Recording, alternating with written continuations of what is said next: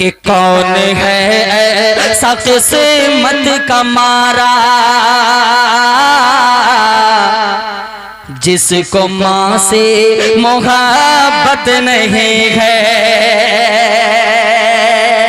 माँ से मोहब्बत करने वालों जरा सा आप खुल करके मुझसे जुड़े। आपने अगर अपने वालिदैन की खिदमत की तो आपका बच्चा आपकी खिदमत करेगा, नहीं की है खुदा की कसम आपका बच्चा कभी आपका वफादार नहीं होगा।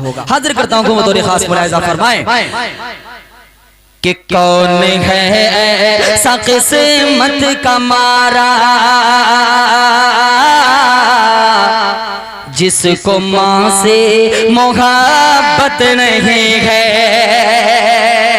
भाई अशफाक मतलब हाजिर करता हूँ मुलाहिजा करें कि कौन है ऐसा किस्मत का मारा जिसको माँ से मोहब्बत नहीं है। कि कौन है ऐसा किस्मत का मारा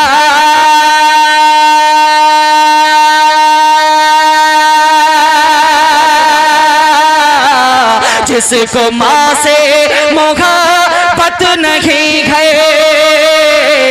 जिसको माँ से मोहब्बत नहीं है